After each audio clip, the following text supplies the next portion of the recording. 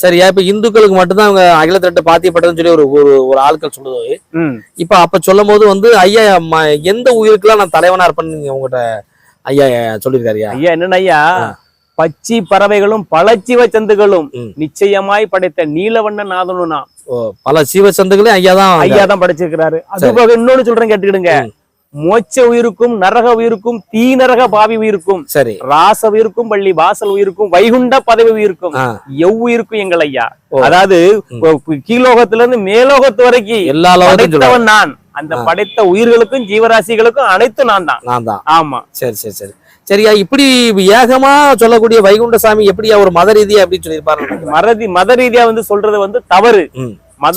எந்த பக்கத்துல நீங்க அதை வந்து குறிப்பிட்டு சொல்றீங்க? அது எந்த பக்கத்திலயும் சொல்லக்கூடிய அளவுக்கு இல்ல இருக்கு. இருந்தாதான் நான் சொல்றது இல்லையா? இதை வந்து நீங்க இப்ப நீங்க ஏக பரம்பரைதான் சொல்றீங்க. ஆமா. இதை எந்த பகுதியில யார்கிட்ட முறையிடுதாரா?